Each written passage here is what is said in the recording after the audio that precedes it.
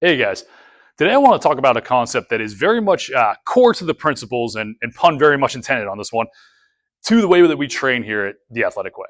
And what that principle is that position, posture, or position, whatever you want to call it, really is what dictates the function of the muscle that we're trying to attack and see if we can actually utilize that muscle appropriately. Okay, so said another way, the position of structures of the system, that is what is going to allow us to turn the right muscles on at the right time. Okay. And when I said in the beginning, the core principle with the pun intended is because I want to just really look at the core position in relation to our hip and rib cage. Something that we've talked about a ton, something that I've mentioned on other videos, but something that I really want to hammer home today. Okay. And that is the position of the hip and rib cage in relation to each other.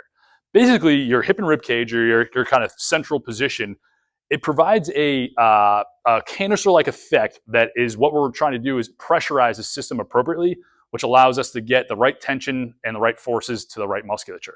Okay. Unfortunately, a lot of us walk around in what's called an open position, or our thoracic cage and our hip position, they're opened away from each other. Okay. And when we do so, what ends up happening is that the canister that we're supposed to be working with is now oriented with the pressures going forward.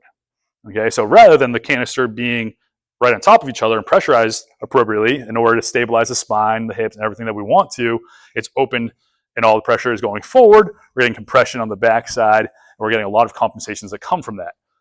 Most of us that walk around in that position, we end up having hip pain, low back pain, and we have issues with breathing mechanics off of that, which then compensates everything else down the chain. Okay, so what I want to show you today is some basic positional stuff with one of our most basic exercises, the plank.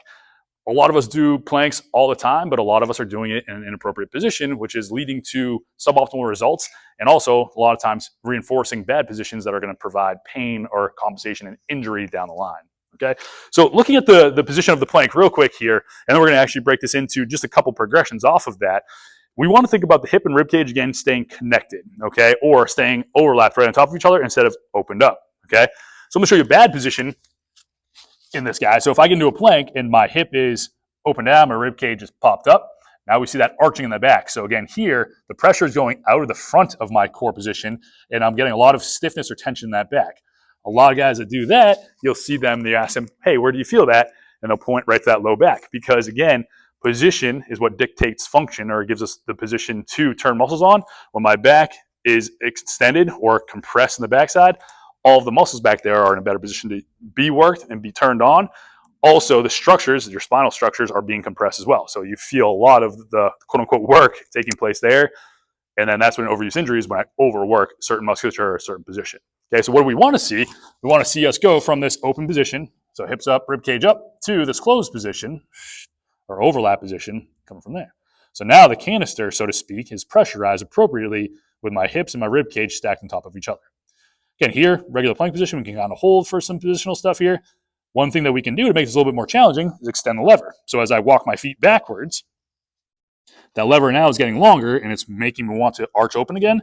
I'm really working to stay closed. Okay, we can do that in a static hold, or we can do what we call our plank foot walkout, where I'm going back and forth, and I'm trying not to lose that hip and rib cage position. Okay.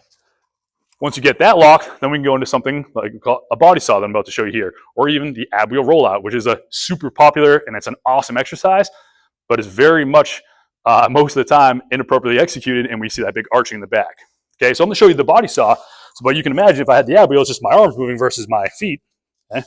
So similar to the last one, instead of walking back, now I'm sliding back, and right here, it's going to make me want to drop down, extend. I'm trying to keep that rib cage connected to that hip,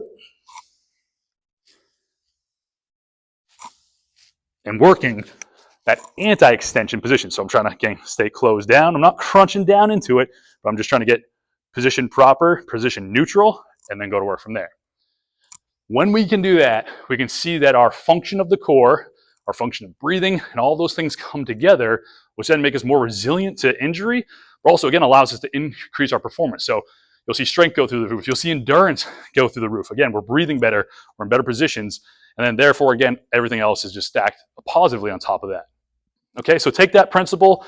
Again, position is what dictates the function. I want to get the right position, hip and core position, and then I get to go to work with everything else. And that's going to allow you to train hard, move well, and live athletic for now and far into the future.